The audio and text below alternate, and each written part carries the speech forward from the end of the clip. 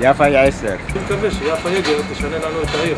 אישה מקסימה, אישה טובה, טובת לב. אני חושבת שליפה יש כוחות לעשות באמת שינויים. לי שהיא יכולה לעשות עם זה משהו ולחזק את זה, לחזק את מה שהיה חסר. מקווה שעם כל האמביציה שלה היא תוכל להתקדם קדימה. הלוואי ותהיה ראש עיר.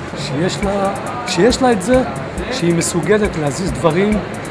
כל הדברים שנעשים פה בעירייה זה פשוט קטסטרופה. דבר ראשון, להחזיר את סוקולוב לעיר הראשית שלו, של השרון. שצריך שיהיה הקשבה, שהראש העיר צריך להקשיב לך, לדעת מה את עושה. קודם כל שהיא תטפל באמת בזוגות צעירים, באימהות חד-הוריות, שזה מאוד מאוד חשוב. קצת לייפות קצת הרחובות האלה, העסקים צריכים קצת להתאושש. וליפה יש יתרון. אני מאוד אשמח שיפה יגר תיבחר, אני חושב שתכניס הרבה חיים צעירים לעיר. טובה להרצליה. יפה יגר לראשות העירייה.